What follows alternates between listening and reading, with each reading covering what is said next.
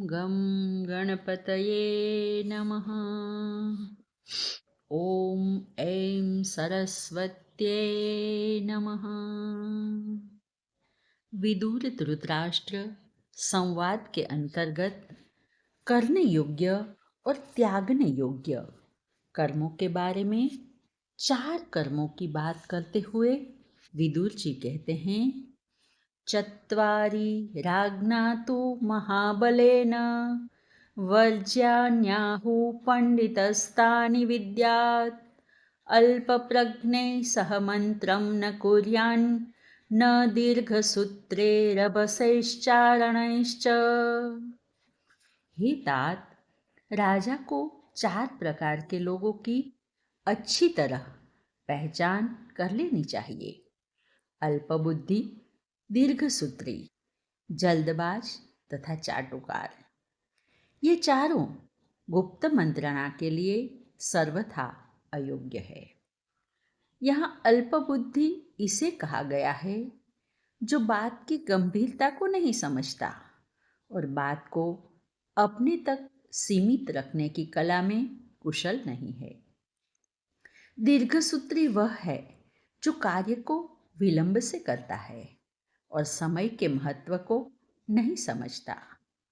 इसके साथ साथ यह भी देखना है कि वो जल्दबाजी में निर्णय करने वाला भी ना हो और ना ही खुशामदखोर होना चाहिए।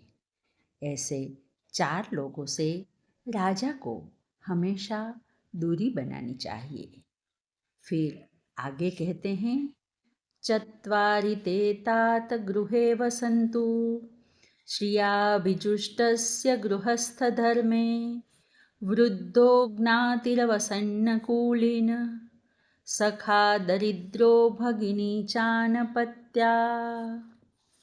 यदि कोई गृहस्थ है और घर में खाने पीने की कमी नहीं है तो इन चारों को अपने घर में जगह अवश्य दे।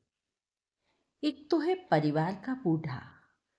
परिवार में वृद्ध को रखने से उनके अनुभव का ज्ञान हमें मिलता है। दूसरा है कष्टग्रस्त कुलीन। कोई व्यक्ति कुलीन है लेकिन परिस्थितिवश कष्ट में है।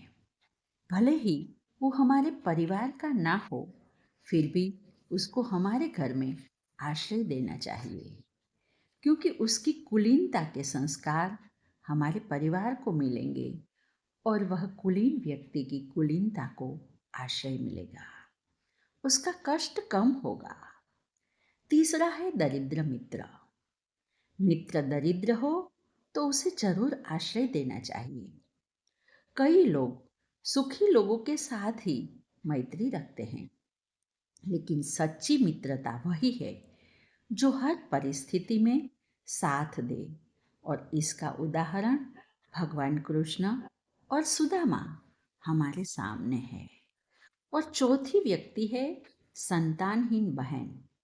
यदि बहन अकेली है तो उसको अपने साथ रखना चाहिए, क्योंकि बहन से ज़्यादा भरोसा पात्र हमारे लिए और कोई नहीं हो सकता। फिर विदुर जी आगे कहते हैं, चत्वार्याह महाराज साध्यस्कानि बृहस्पति पृच्छते त्रिदशेन्द्राय तानि मानि निबोध मे देवतानां च संकल्पम् अनुभावं च धीमतां विनयं कृतविद्यानां विनाशं पापकर्मणां।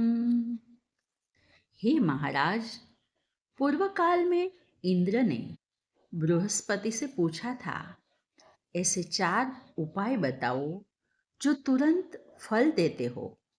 यह उपाय मैं बता रहा हूँ, जिसमें पहला है संकल्प। यदि संकल्प दैवी है, पवित्र है, तो वह शीघ्र ही फल प्रदान करता है। दूसरा है बुद्धिमानों का प्रभाव। उस प्रभाव विशेष के कारण तुरंत फल प्रदान होता है। तीसरा है विद्वान की विनम्रता। विद्वान विद्यावान है तो उसमें विनम्रता होगी ही, और वो विनम्रता बहुत प्रभावी होती है। और चौथा है दुष्कर्मों का विनाश।